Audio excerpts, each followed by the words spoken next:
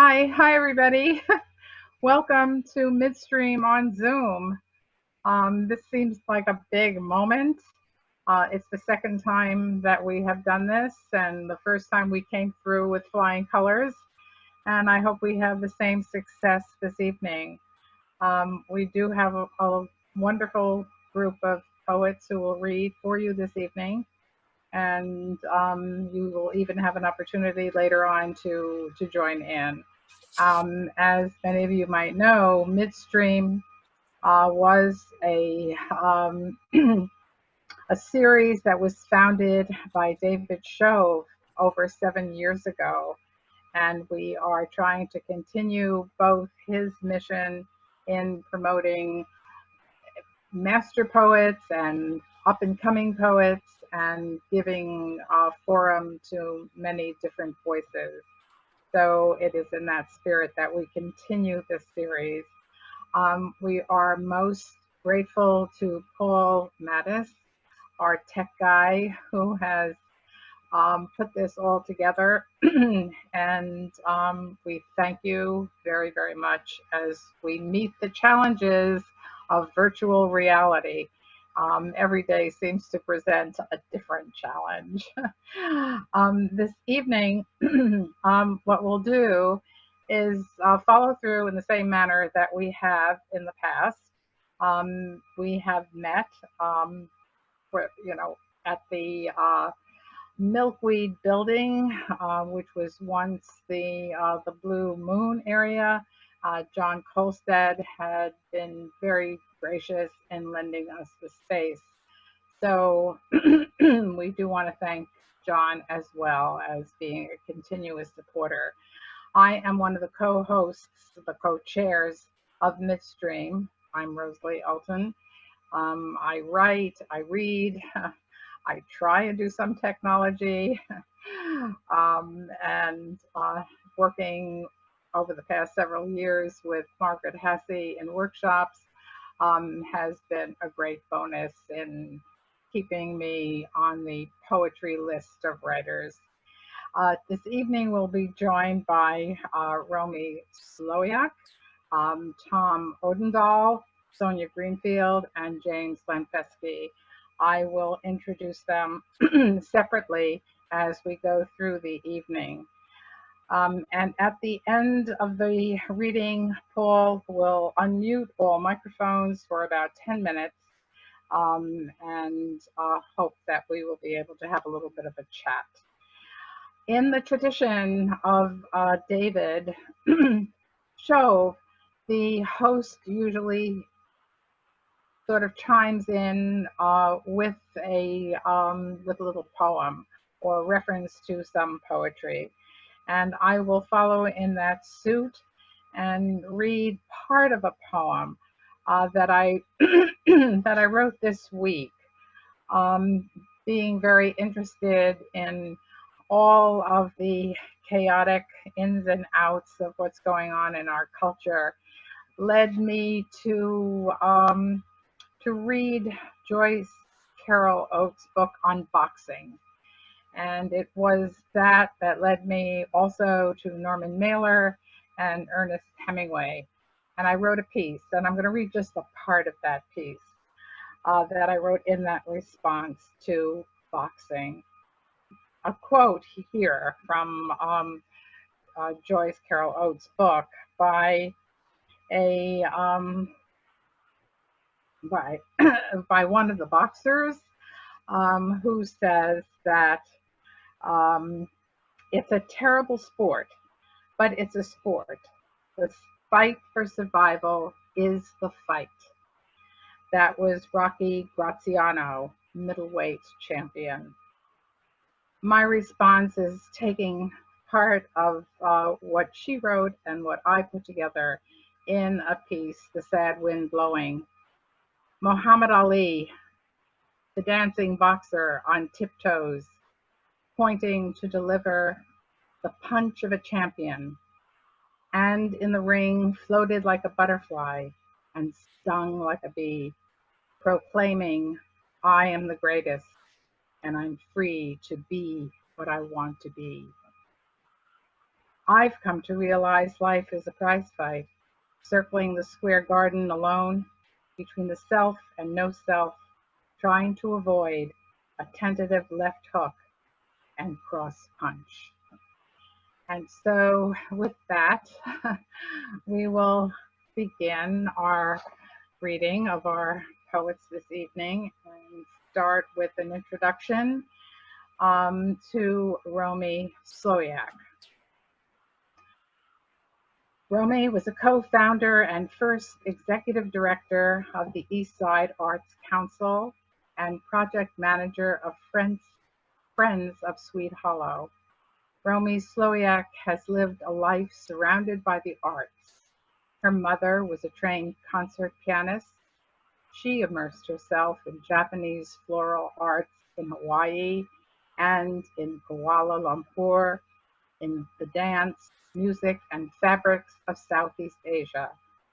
As an English major at Cornell University, urban planner, and arts administrator, Romi has made works, her tools, and her craft for expression of personal experiences. In retirement, she discovered poetry as an element of a classical china garden in her neighborhood park.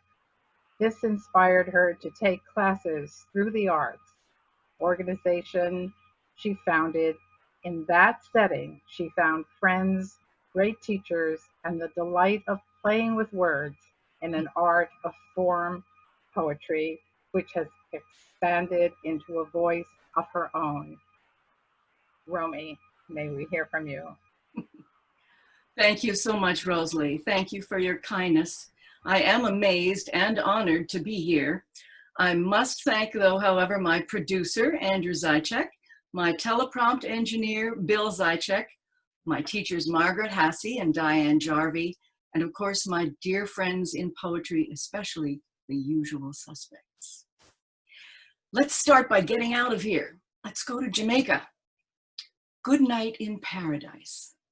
A 3-foot furl of rice paper is the only evidence of the day. Strokes of petals and stems trying to dry in the saturated air. A yellow, green, and black bikini at ease over the shower rail, a stone Jamaican flag. Flesh is flowing into sheets, liquid, not from perspiration, but a nightcap dip that took temperature from burning to bearable. Veins throb with rum, chocolate, banana. Jerk spice lipstick stings so sweet. Hips sigh at their horizontal reward. As velvet night quells all but the purring fan, movies of trumpet fish and coral play in my sleeping eyes, sated with turquoise, chartreuse, fuchsia, extending the dive into delirium. All right, same island, different city, different mood.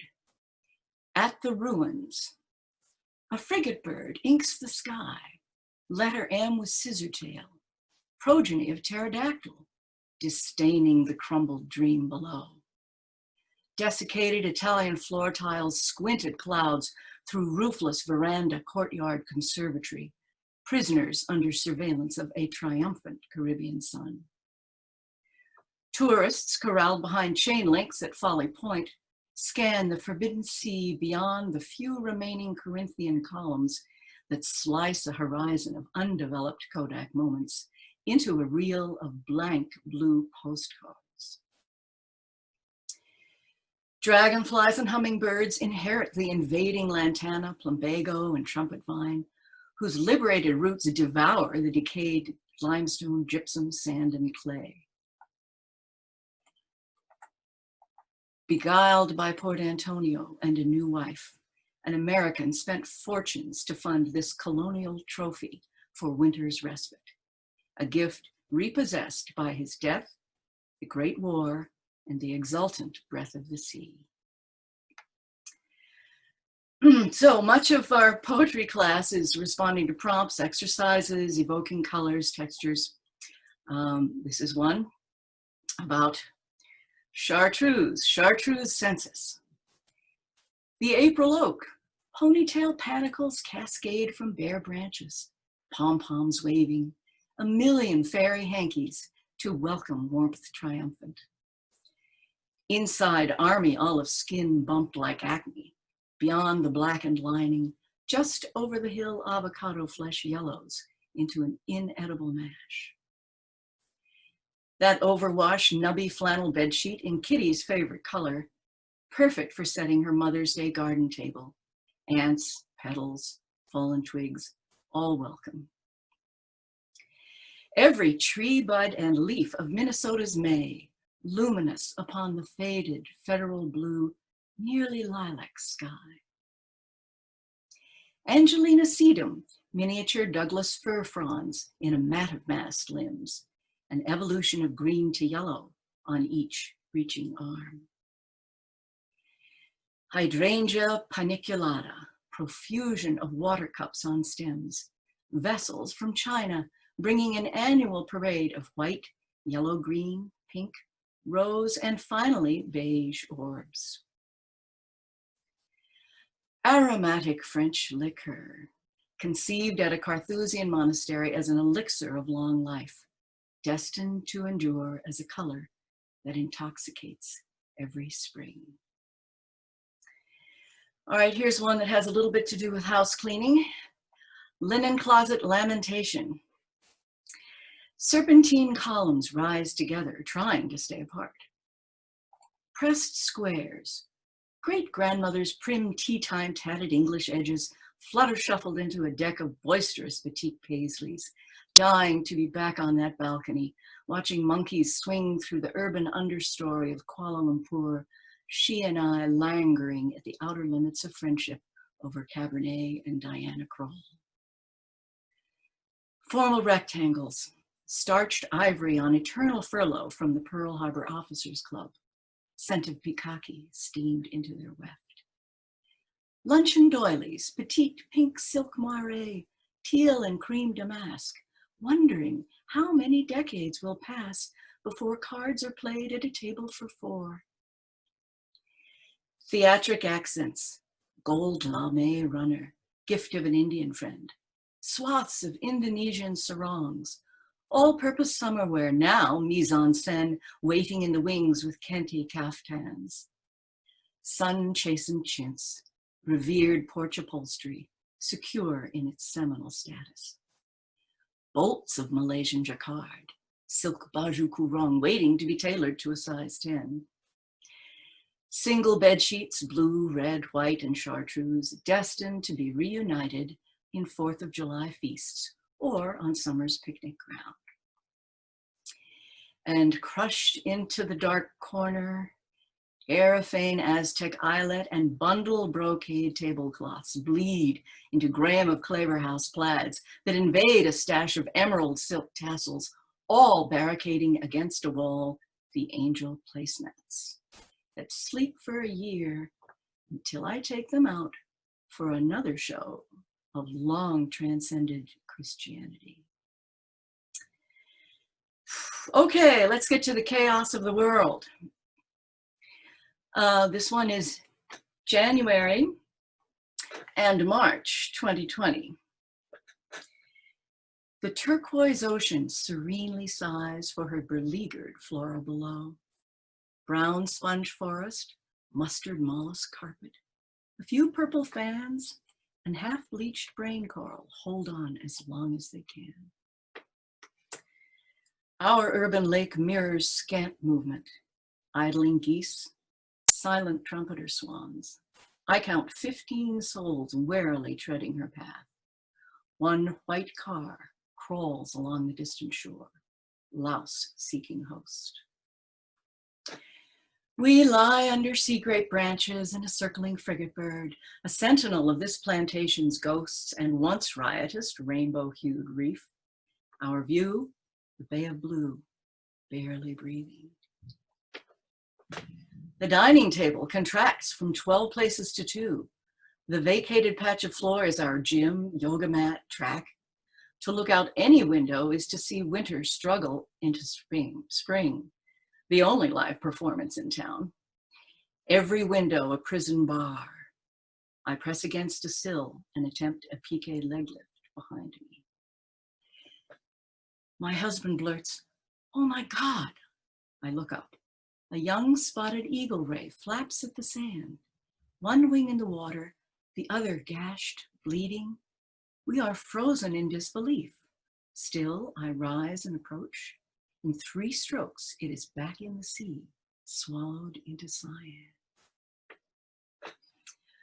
Global shutdown. Headline, March 13th. In last night's dream, a handsome man in a crisp white shirt writhes on the ground. I reach down. He pulls me to him. We roll. A gold gun starts to slip out of his pant pocket. As I pull away, his other hand lunges toward my underarm. I feel the needle's penetration and collapse onto the empty street. Okay, and our other crisis. 4 breaths. Quick catch, quiver of pleasure. Infusion of lilacs, spring zephyr. Stealth invasion by microbes multiplying. Inhalation through trachea, unless blocked, say, by a knee. All right, and this is an homage to New York's Governor Andrew Cuomo, an ode to his cufflinks. Cufflinks hold tight.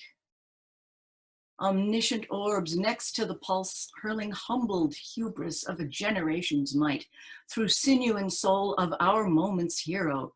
Do not be shaken. Clasp firm, hold tight. Unite, precisely pressed, blinding white sheaths, align to embrace those most capable hands, which, though never moved to cuff in battle, are fighting all of the time, our night. Protect with your Gorgonian gold the health of he who feeds us daily, doses of unalloyed data and pain, prescriptive action that will us sustain. Throughout this account of who lives, who might die, catch and reflect that glimmer of a smile, the flash, a comet in the summer night sky, for us who wait for it, watching all the while. And to close, here are 3 exercises in form. This is a prose poem, a vegan's elegy. The pounds are dropping like trees in the Amazon. I'm into Dahl, darling. There may be 1 cow for every 5 people on the planet, but I am not one of those 5. Bovines are farting CO2 and feeding on fields of cleared rainforest for someone else. I am no part of creating 41% of all greenhouse gas emissions. Not anymore. And yet you ask, no cream, no butter? Well, olive oil, salt and pepper are just fine on vegetables. And if you whip coconut milk with some confectioner's sugar, it's fun. But I will tell you, there is one, but only one way to shirk this canon guiltlessly. And that is by honoring the Baron of Butter, the Count of Cream, the master of all things merveilleusement pâtisserie, Mark Heu. You may partake of his transcendent sacraments to the divine gifts of the cow and be forgiven. This is a sonnet called Sound Solution. Just now, I want to hear no noise offending these ears, which still can capture notes so fine and move me into space and out of time to realms where waves of technicolor feeling can mesh in Mozart's contrapuntal weaving, those tapestries of silky sensate twine that decorate the corners of the mind, the galleries, the chambers of good breeding.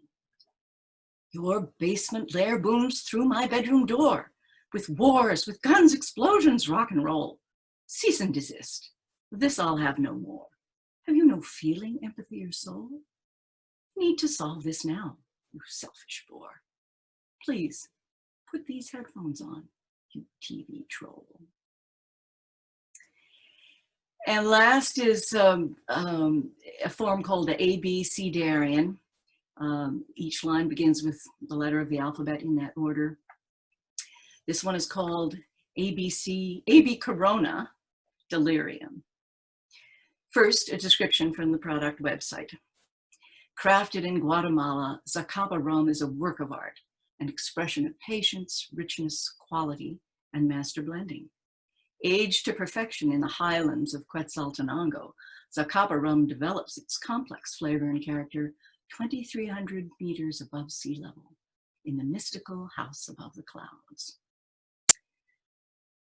All I really want to do is be done with this stupid exercise of KG craft that is meant to push my elementary, do I dare diss myself, expression to the next level of finding out just how grueling the pursuit of poetry has become, since I am now in a class with a bunch of jokers who are all kindling their liminal imaginations as I line this page with momentous drivel that will never be lauded or published or even quizzically queried by writers of repute. And so therefore understand that I have no intention of vying for accolades and will now, with the dry-eyed, piercing sight of a wise woman's zerotic vision that cuts to the chaser of importance, yes, finish this epic zero with a Zacapa rum punch. Cheers. That sounds very nice.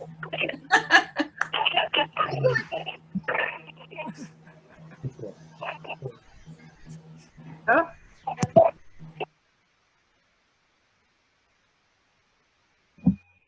Okay, can you hear me? Everybody, can you hear me? Is that unmuted? Huh? Am I unmuted? You're good.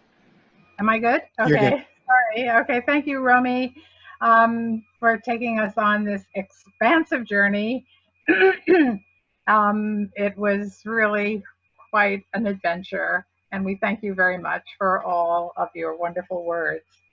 From here, we're going on to hear Tom Odendahl. Tom was raised in a small town in Minnesota and took his own sweet time to graduate from Augsburg College. He is a former Minneapolis public schools social studies teacher. The first poetry class he took was a retirement gift from one of his daughters in the fall of 2016. That class brought on a surge of joy and vitality that surprised him and opened up a new passion for writing in his life. Odendahl, at this stage, considers himself a student poet and continues to take classes at the Loft, where he began his study, and through the St. Paul East Side Arts Council. Tom has read his poems at the Loft and had poems published in the spring 2020 ESAC Anthology Chapbook. That is the East Side Arts Council Chapbook. And with that, we welcome Tom, and we are eager to hear what you have to say to us. Odendahl. Okay. I'm not sure how I do this. How do I become the person? You are the person. Okay. All right. I'm going to just go. I'd like to thank everybody. This feels like the first day of school to me. I'm pretty nervous. I'd like to thank the Midstream reading series and Roslye and Paul and everyone involved in that. And I would certainly love to thank all of my mentors and teachers, Thomas R. Smith and Margaret Hassey and Diane Jarvenpaugh for all the work that they've done over the years. I always wrote prose, and I was it was a surprise to me how much I loved poetry when my daughter Elliot gave me that class 4 years ago.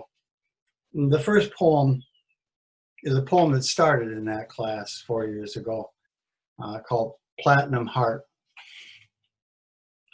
My heart is made of platinum, part of it at least, a tiny wire coil that holds the artery open. Think of it as the combat medal I earned when, drunk and drugged in my warrior days, I flung my tough guy cigarette dripping from my lips I flung myself headlong at the barricades. Back then, I knew I would die, young, famous, and misunderstood. In time, I climbed down from the ramparts, tried on a host of costumes, union man, housing project pedagogue, helped to raise my daughters, still lugging combat camouflage and shards of alcoholic shrapnel.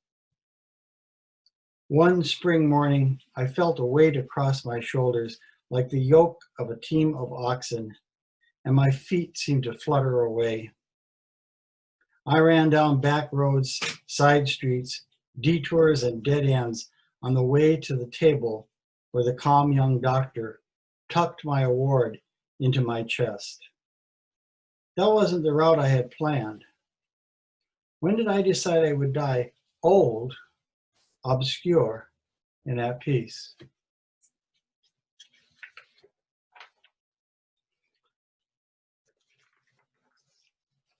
As I said before, I think of myself as a student poet, and lots of the poems start out from prompts given to classes or groups of poets. This poem was supposed to be about my immigrant grandparents, foundlings. It did not occur to me that I would ever create poems. I love them the way you love grapes and plums plucked from fruit bowls while sitting at the table, talking after a meal. But I never meant to plant an orchard or a vineyard. I wanted something easier, like flying fighter airplanes or teaching history to high school students. But I keep finding poems. I find poems in hubcaps I pick up while walking along interstate entrance ramps. I find poems in the stripes of strata in scattered rocks beside planters in strip mall parking lots. I find poems in the way the dog spills kibble on the floor when he peeks from behind the refrigerator to make sure I'm not eating something better. The blue cookie tin filled with marbles, I find poems there. I find poems in the plastic ponies of my daughters. I find poems while washing and folding the clothes of women who no longer live in my house. A poem invites me to take off my shoes and step into a canoe. A poem finds wild horses in the willow branches of the backyard. I am the son of a civil servant who wrote limericks. I am the son of a woman who wrapped gifts in the Sunday comics pages. I was put here, damn it, whether I want or not, to pick up poems that somehow have been dropped.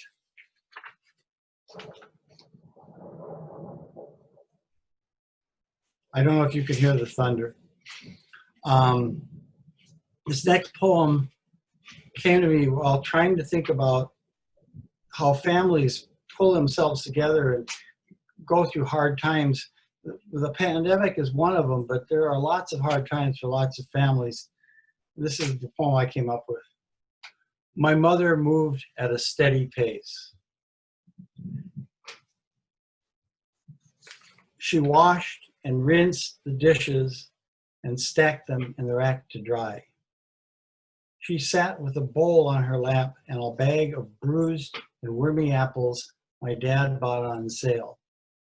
She peeled, cored, and sliced them, passing them to the kids one by one, like blackjack hands, while she told stories of how she delivered office mail on roller skates, of how she poured boiling water over scorpions in the sink every morning when she lived in San Antonio during the war.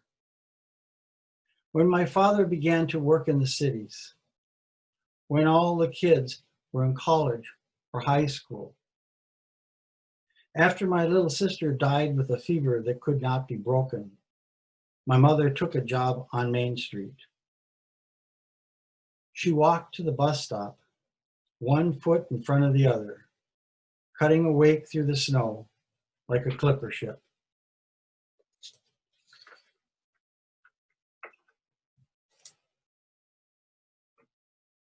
A lot of poems happen because I misunderstand or misread the prompts. This poem was supposed to be about a car. The moon zooms along, hugging the curves on Henriette Road, Sunday night, driving home. The Nash is packed tight as a space capsule, kids bundled in back, lucky faces pressed against frosted glass. Mom and Dad in front, recounting the day with stories and laughter. Dad sings cowboy songs. The moon zooms along beside us, drifts away on turns, swings back on the flat, skips over treetops and power lines, weaving among clouds as the night turns blacker. Darkness rises like a canopy. Arms of night encircle us, arc a tunnel over the road, cut through by headlights of our little car. Dad sings cowboy songs. We peer over the rim of the Red River Valley, wrapped in dusty upholstery, buzz of tires on asphalt. The moon zooms along outside in the black, our spaceship held in the palm of the universe, draped in a garland of stars that sweep us up the stairs, linger for a breath of heat by the register, fold us into bed.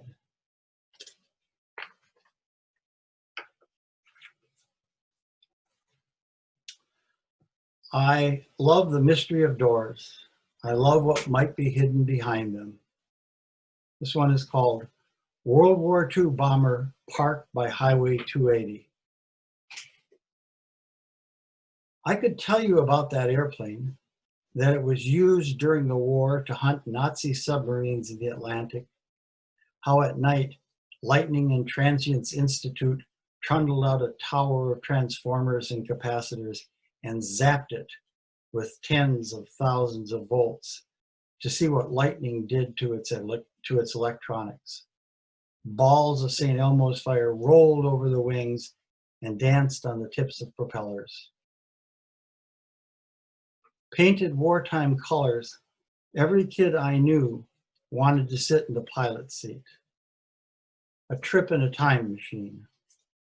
Like stumbling onto a pirate ship washed ashore at a secluded beach, or finding the ruins of Camelot in a clearing in the woods behind your house, or unearthing some forgotten pharaoh's pyramid.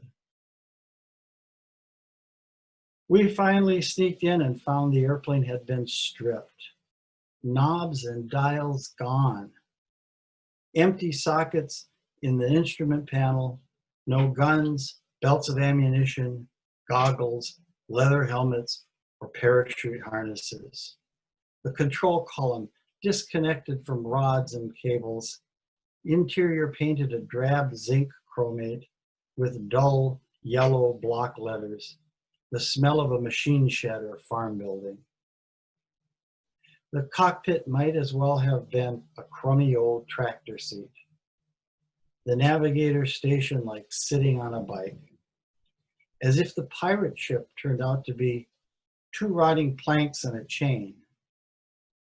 Camelot, a stack of cinder blocks beside a wobbly card table. The pyramid chamber, only a battered tile bathroom, fixtures gone, rusted pipes capped and sealed.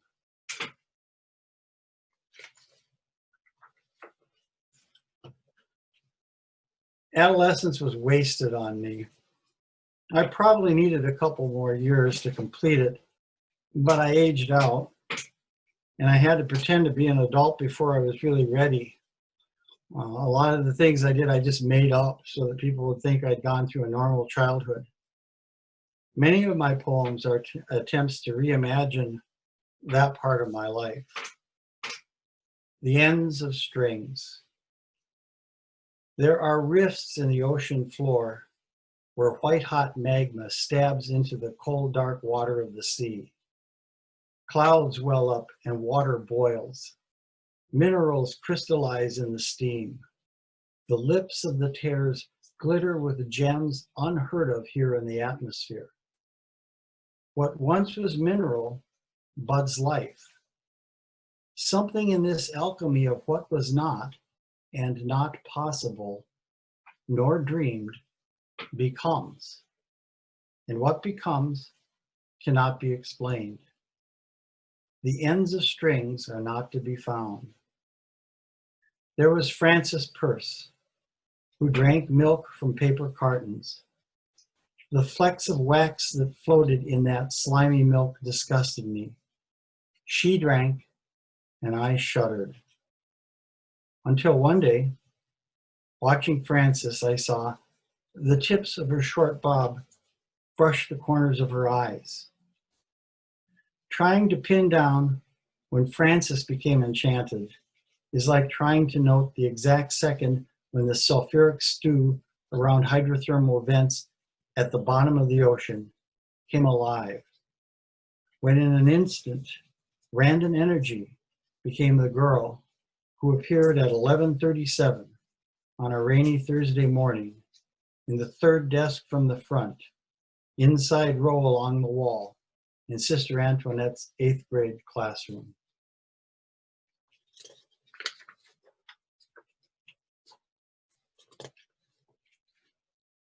I write a lot of poems. Actually, I write a lot of everything about food, and they usually wind up taking an odd turn. Pan con tomate. You have been making love and have not eaten for hours. When your lover sits up and begins to speak in Spanish, explaining how to prepare pan con tomate. She shows how to lather the pan de país, dense white country bread, with peppery, golden green olive oil. Lots, but not so much that it dribbles down your chin.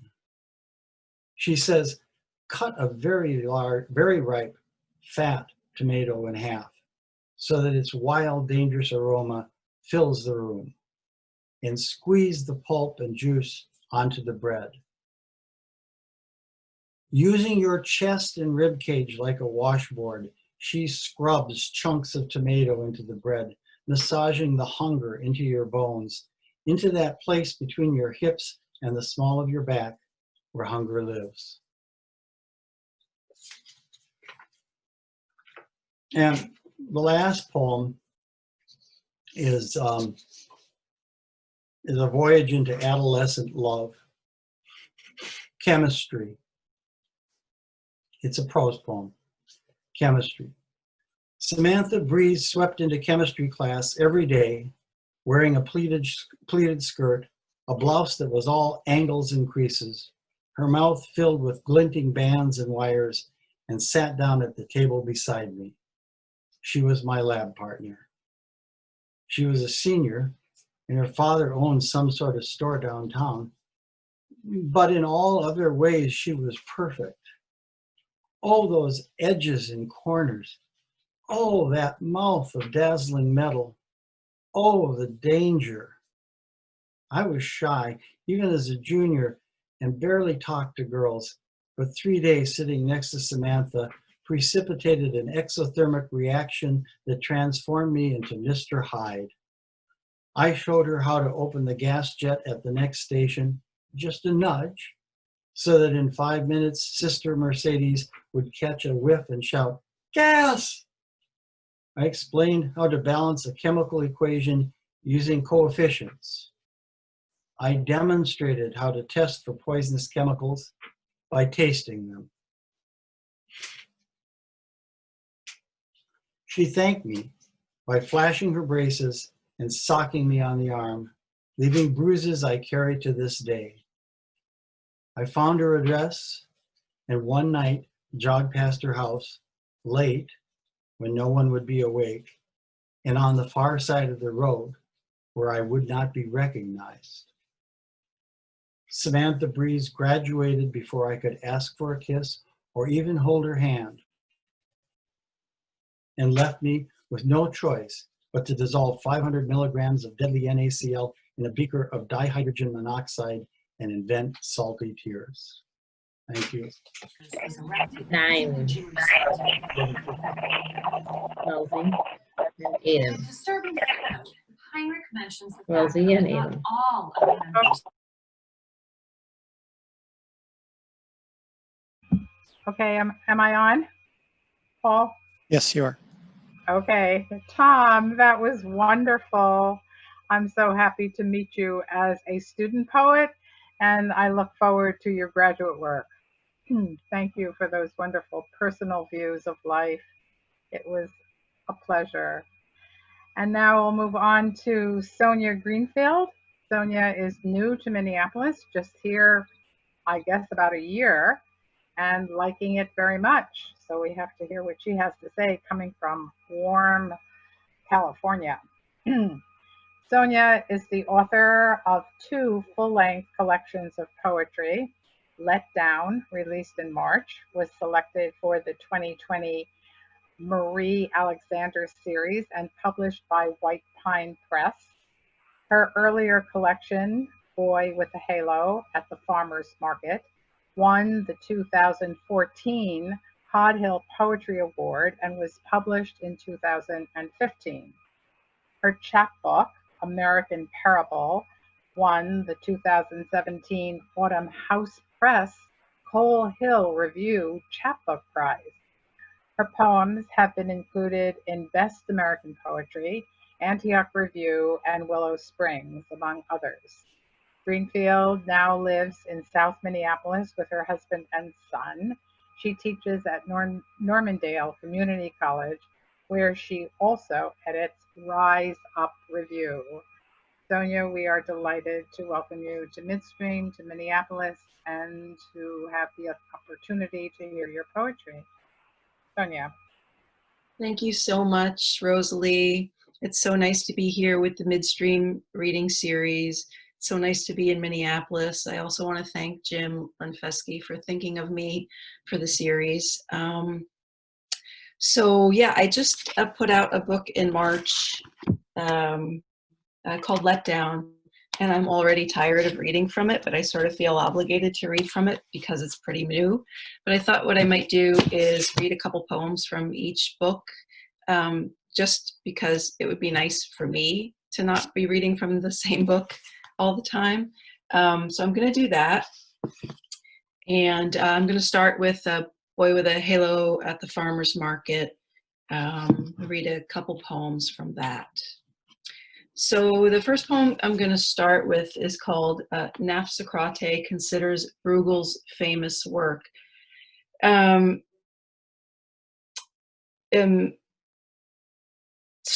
the thing about this poem is that we all know the story of Icarus and Daedalus, but we've never had the opportunity to hear from Icarus's mother. And I think that that's unfair. So I thought I would go ahead and take an opportunity to speak for her. So this is called Nafsocrate Considers Bruegel's Famous Work. I told Daedalus to watch him, God damn it. So now here I am waiting for my son to breaststroke home to me, held up on fingers of green foam. Waiting past the rise and fall of Rome, through to Peter's brushwork, which rendered the sun like a lemon on fire, some stupid plowman hogging the canvas, the plunge just a few flicks of horsehair in ochre. I have waited until the ship's sails became rags, until metal replaced wood, motors replaced oars. I said, you can't trust children to make good choices, so watch him. Do you see how Peter painted the toes pointed to the sky? I taught my boy how to dive like that. Every summer day until his teeth were chattering and lips tinged purple, he learned crawl and kick. Trembling over the water like a bent marigold, he learned how to tip into the cold tarn, hands in prayer and head first, my minnow cutting again and again through the blue. Let the seas dry to muddy puddles, let the wheat fields go to dirt. My God, what's a mother to do? I'm leaving on my porch light. I expect Icarus home soon.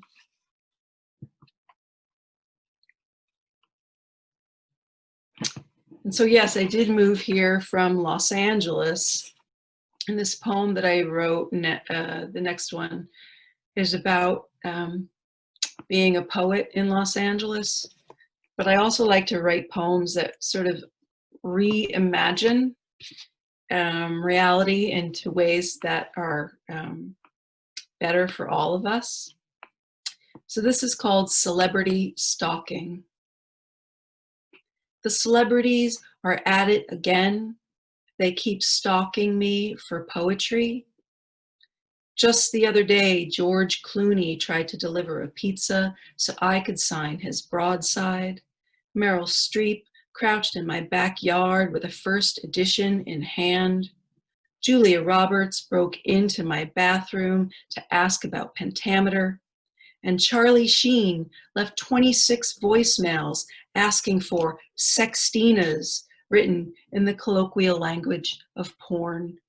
But these movie stars think they know the real me behind the poetry because they read tabloids in line at the supermarket that detail the lurid private lives of poets who take lovers, get caught without makeup, carry small dogs, enjoy gay trysts, drink absinthe, and own many-chambered homes with deep pile cream carpets, secret rooms, and libraries the size of Luxembourg.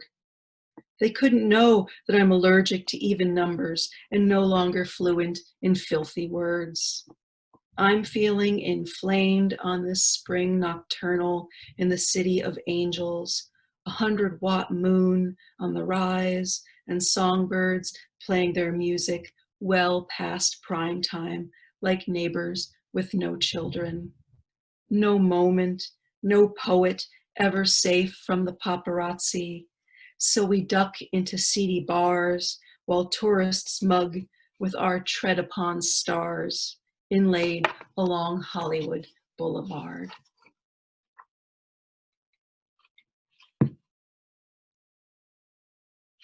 Okay, so those are two from that book. So nice to revisit them again. And I'm going to read two from the chapbook, American Parable. Okay, so sometimes my work gets a little dark, just fair, because sometimes, you know, the world is a place of contrasts, right? Light and dark. So I'm going to read this poem called Women and Children First. And it's about how in times of crises, we shrink back and protect what we care about the most. Women and children first. When the wind changes direction, smoke shifts from the fires. So sometimes it's burning tires in my face. Other times it's meat. Reader, I have done what I can for you. Gave you my extra cig and taught you how to shoot. Showed you which mushrooms are safe to eat. Even trained you to avoid congregations of carrion flies and the decay they make love to. If food was plentiful, I shared it. If the moon only shone on empty woods or handfuls of bright sequins drummed up by breeze across the lake, we laughed at nothing in particular. Now there's a menace, a madman pulling off each fence board at the rear of the yard, and I'm crouching with you, a few bullets left between us. Reader, I have this child clinging to my leg, his eyes crazed with fear, his sweaty face flecked with dirt. The sounds of splintering wood and hound-like baying make our hackles rise. You look to me for help, but my field of vision narrows. only able to take in the one I would kill to save. I love you, but you know how it has to be. Grab your gun, reader. Run, reader. Lakshmi Singh says the hordes are on the move, and from this point on, you're dead to me. So this collection is all poetry that's political in some way or another. So this next poem I'm going to read is called Yours, and I should go ahead and take this opportunity to say that it's in the Rocked by the Waters anthology edited by Margaret Hassey and Athena Kildegard, and it's all poems about motherhood. So I'm going to go ahead and read my poem from that collection, and the poem is called Yours, and I feel like the poem is about empathy, I guess. Yours. Suppose he was yours who saw rust at first turn of the green wheel handle, your yard slicked down, sprinklers ticking away days meted out in trips to 7-Eleven and the community pool. Suppose he was yours who saw brown, waited for it to run clear, then drank down the whole metallic feel of it from the copper end of a hose, summer spread before him like a growing puddle. Suppose he was yours who bathed in the river of your tub, scratched until his skin oxidized, flaking off in his sheets. Suppose you saw pinpricks of his blood, but washed those sheets in the same water anyway. Suppose they said, boil it, and you did, but that only made it worse. Suppose he was yours who was told his anger will fleck and spread unchecked, was told bits of heavy metal will damn his lobes. Suppose he was yours who was tested and told he will lose himself in a wash so sick everyone already knew you couldn't eat the fish caught there. Suppose he said, I'm just going to be stupid anyway. What would well up in you, and where would that poison run to? Okay. So now I'll jump to Let Down because I feel obligated to read from it because it's my new book. It's a tough book to read from a little bit because I'll tell you and I'll show you even, it's all prose poems and they're numbered and they don't have titles because in a sense the book is like a 64 section poem memoir hybrid.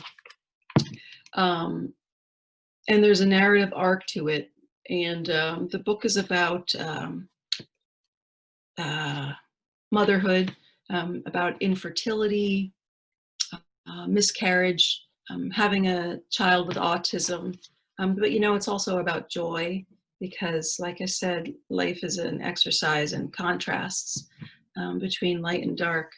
And being a mother to my son is a true joy. So I will read from this a few of the sections, a few of the pieces, and then we'll move on to Jim. Okay. And I'm not going to introduce each piece because I want to try and create a sense of what the book is like, and I feel like that would be disruptive. Number 22. Joy is pocket-sized, like quarter rides. We could ignore the patina of grime on the pagodas in Chinatown, where dusk dropped wet against the steamed window of the dumpling shop, which was one bead on a string that went herb shop, gold Buddha shop, bonsai shop, repeat, until pinwheels in the pinwheel store turned to the breeze and you said, bye wind, then blew kisses I tried to catch. I carried pockets so full of quarters, we jingled as we headed past the koi fountain teeming with ghost fish, past the old smoking man, past lanterns sunburned red to pink, to the plaza, where paint-flecked rides bucked against the gloom. And we paid again and again until the mechanical frog churned and galloped you all the way past believing we would ever find ourselves empty-handed.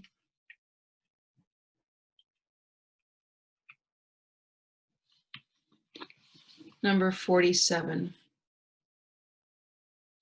Deja vu was the same bright red gem of blood on the toilet paper, the same profound cramping, the same newsletter saying my fetus was the size of a poppy seed. So early, such an ovum is just a whisper of maybe. One can barely call it a miscarry when what is carried is just a speck of desire embedded in blood. That night you curled in the dark of your bed as my face glowed by computer light. I haunted websites for grieving mothers and clicked on pictures of lost children to let mourning sicken me, to make me retch, to let it draw out every last clot. Those babies belong to others, but I have no faces for what I lost. So I co-opted eyes and smiles frozen in photo time, eyes and smiles not mine.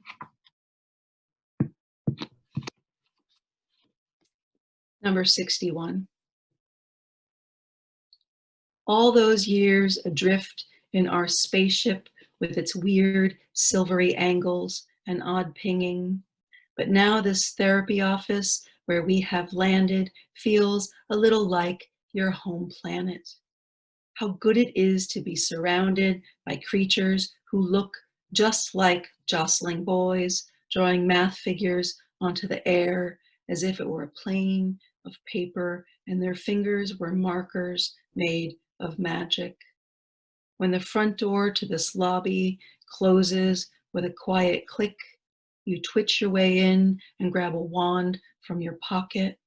Well, not a wand, really, but a stick of lightning to trace constellations on the ceiling.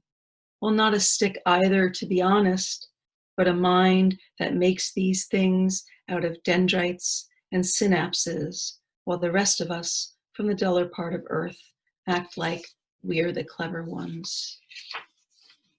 And I'm going to finish up with number 62. Thank you again for being here, everybody out there and in your own homes, enjoying poetry via the miracle of the internet. Number 62. The mother of the adult autistic child who still lives with her is ready to offer me advice in the ladies' room where I am cornered against the whir of hand dryers. Another sends me messages with names of advocates and stories of her own son's violence. I deflect, thinking you are not like them, just as they must have denied mothers of boys with no words, who must have denied mothers pushing sons in wheelchairs through the doors of the neurologist's office. Then at the 4th of July carnival, you, a misfire sparking against the night, your energy all wrong. There is the mother of the typical boy who offers me a look to say, I'm sorry, but I interpret it as something to be slapped off her face. It takes a while to strip expectations away, to peel off the layers until we're holding our child's happiness in the palm of our hand, as pure as the simplest silicate mineral, and to then say, it is enough. Thank you. Respond into the podcast. In the next lecture, we'll examine the other side of the coin, as it were, and see how counter-religious belief. Thank you. Thank you so much, Sonia. We're so happy to have you among the poets of the Minnesota poetry community, and we hope you'll stay here long. And thank you for your very beautiful, heartfelt poems. They're very, very moving. And now we can move on to our next and last poet, James Lenfestey, many of whom out there know his work, and we are thrilled to have you as part of this wonderful presentation and that you found your way into our virtual world. Thank you, and thank you all of the people who are out there sharing this evening with us. As the storm rages outside, we're pretty lucky to be inside. James Lenfestey, after a career in communications and journalism on the editorial board of the Star Tribune, where he was one where he was a Page One award winner for excellence. Lenfestey, since 2000, has published 7 collections of poems, personal essays, and co-edited Robert Bly in This World. James's Haibun memoir, Seeking the Cave, A Pilgrimage to Cold Mountain, Milkweed Editions, was a finalist for the 2014 Midwest Book Awards. His 6th poetry collection, A Marriage Book, 50 Years of Poems from a Marriage, also Milkweed Editions, was the finalist for 2 2017 Midwest Book Awards. Lenfestey chaired the Literary Witnesses Poetry Program at Plymouth Church, Minneapolis, for 15 years. He and his wife, currently the political activist Susan Lenfestey, live in Minneapolis. They have 4 children and 8 grandchildren. Thank you, Jim, for joining this wonderful group of poets. We look forward to hearing from you. Thank you, Rosalie. In this COVID world and this exploding world that we live in, I don't write much about current things, but I'll bring up, and I appreciate the work of the others. And I miss Papa John Kolstad's wonderful little nook above the Blue Moon Cafe, and I look forward to getting back there and continuing this series there. This is by Robert Bly, Keeping Our Small Boat Afloat. So many blessings have been given to us during the first distribution of light that we are admired in 1,000 galaxies for our grief. Don't expect us to appreciate creation or to avoid mistakes. Each of us is a latecomer to the earth, picking up wood for the fire. Every night, Sonia, another beam of light slips out from the oyster's closed eye. So don't give up hope that the door of mercy may still be open. Seth and Shem, tell me, are you still grieving over the spark of light that descended with no defender near into the Egypt of Mary's womb? Into the Egypt of Mary's womb? It's hard to grasp. It's hard to grasp how much generosity is involved in letting us go on breathing when we contribute nothing valuable but our grief. Each of us deserves to be forgiven, if only for our persistence in keeping our small boat afloat while so many have gone down in the storm. Robert Bly, from Talking in the Ear of a Donkey. I'm going to do a few poems from my latest book called East Bluff. It's set on they were written on Mackinac Island, Michigan, where I live and teach in the summer, teach poetry in the summer. But they are so they're in a way they're inspired here, but so they begin here, but they go wherever they're going to go. As you will hear in the first one, teaching poetry to owls. Teaching poetry to owls is a fruitless task in early summer. Great horned babies screeching all night from cedar branches for parents to feed them. Scree, scree. During the day even, heedless young ones land on the ground, unfurl their scary new wings like huge eyes, even the dogs wary. Not yet the frightening guttural questions of adults. Who? Who are you? Who full of why in the night? Who trying to sleep but cannot? And so listen to the baby's plaintive notes, scree, scree, which means feed me, for which ragged parents work their magic wings, feathers defeating all sound with softness until the rabbit feels the needle claws pierce its already broken neck, and the vole so adept at avoidance, suddenly becomes a pellet of pressed fur and threaded bones, its life borrowed by the silence of the night in which terrible surprise lives and hunts and calls out, feed me, and answers with claws. I should stop here, but poets too feed by listening and calling out, mimicking the rusty screeches, mumbles, moans, and tremulo of older poets gone before. Listening in the night and calling out hunger for syllables and the silences between. Feed me, as talons of blood and ink pierce the defenseless page. That's a little bit about our business, where it comes from. Do you regret? Do you regret, cedar tree, waving your palms at dawn? Do you, grasses, brushing your seat heads against the wind? Do you, poison ivy, your name? Or you, the lake, your murmuring?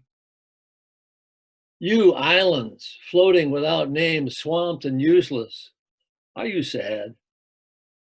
And you, old lighthouse, waving your flag, restored an icon, useless but for memory. You passengers on the ferry boat beating into the sun and away from the sun, your tears blow back like rain. Trails through the woods, is your heart broken by the direction offered and taken? Your hidden currents, you hidden currents curled around islands, a lazy S on the surface. We can see you. You too, bellboy, stuck in the harbor, stuck at anchor. You too, bellboy, stuck at anchor, clanging and clanging. Are you sick of your warnings? And you, shadows, deep at dawn as at dusk, anchoring a shadow fence, pointing through a forest trail to a lake, the sea beyond, and the sea beyond that. Is that not far enough? Regrets in other languages, seen with other eyes. But the clang and clang, the clang and clang, is that not the temple bell, digging when the current strikes, the deep gift given?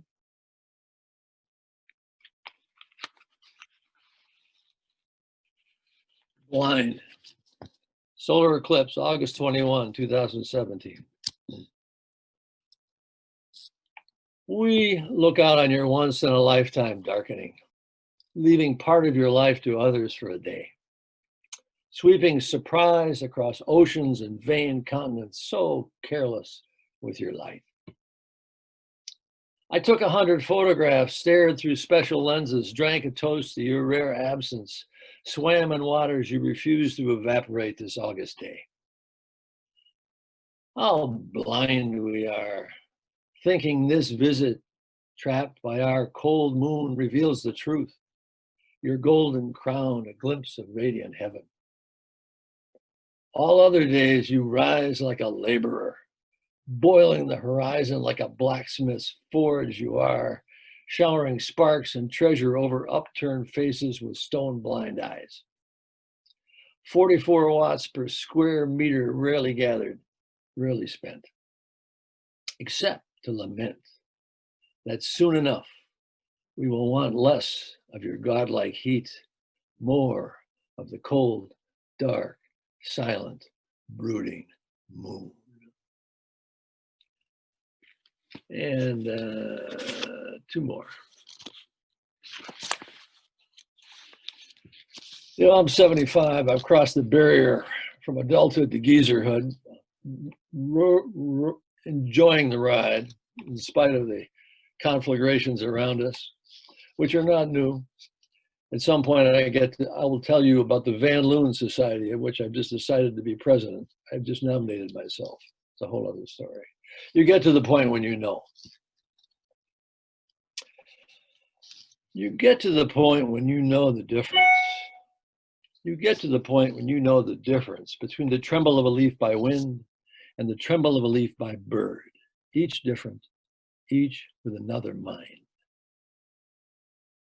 You get to the point when you know that this dream is real, that one a phantasm, one the chasm of despair, the other a well of contentment.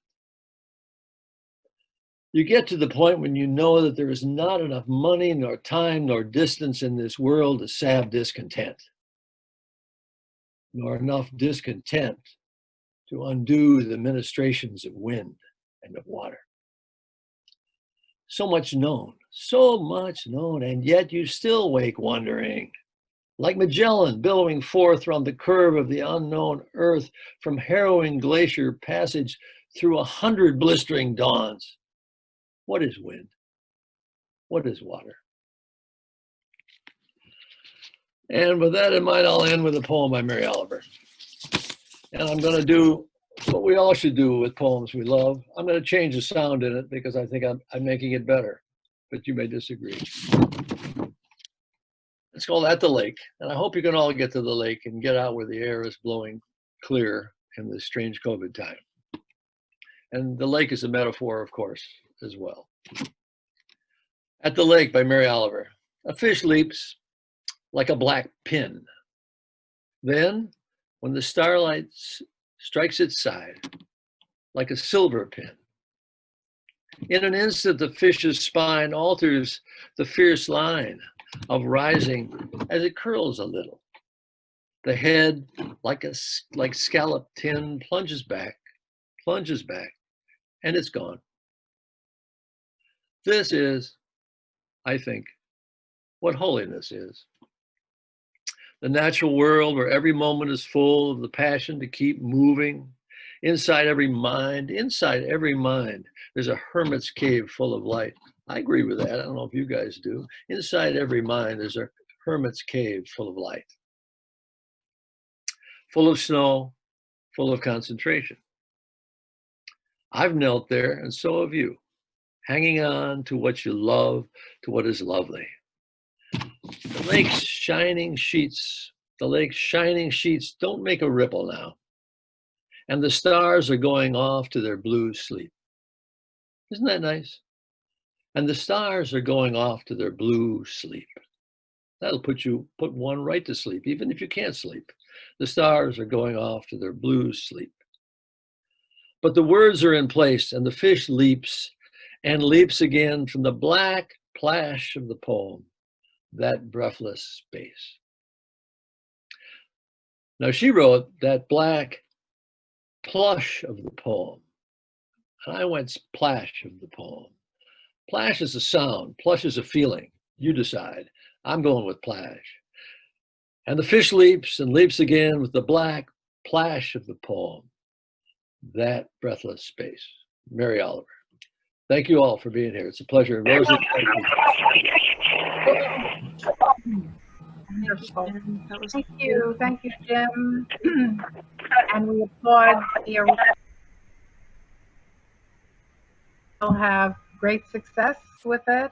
And thank you all in the audience, and especially our wonderful readers this evening. You can unmute, Paul will unmute everybody, and you'll have a chance to cheer them on. But thank you, Romi. Thank you, Tom.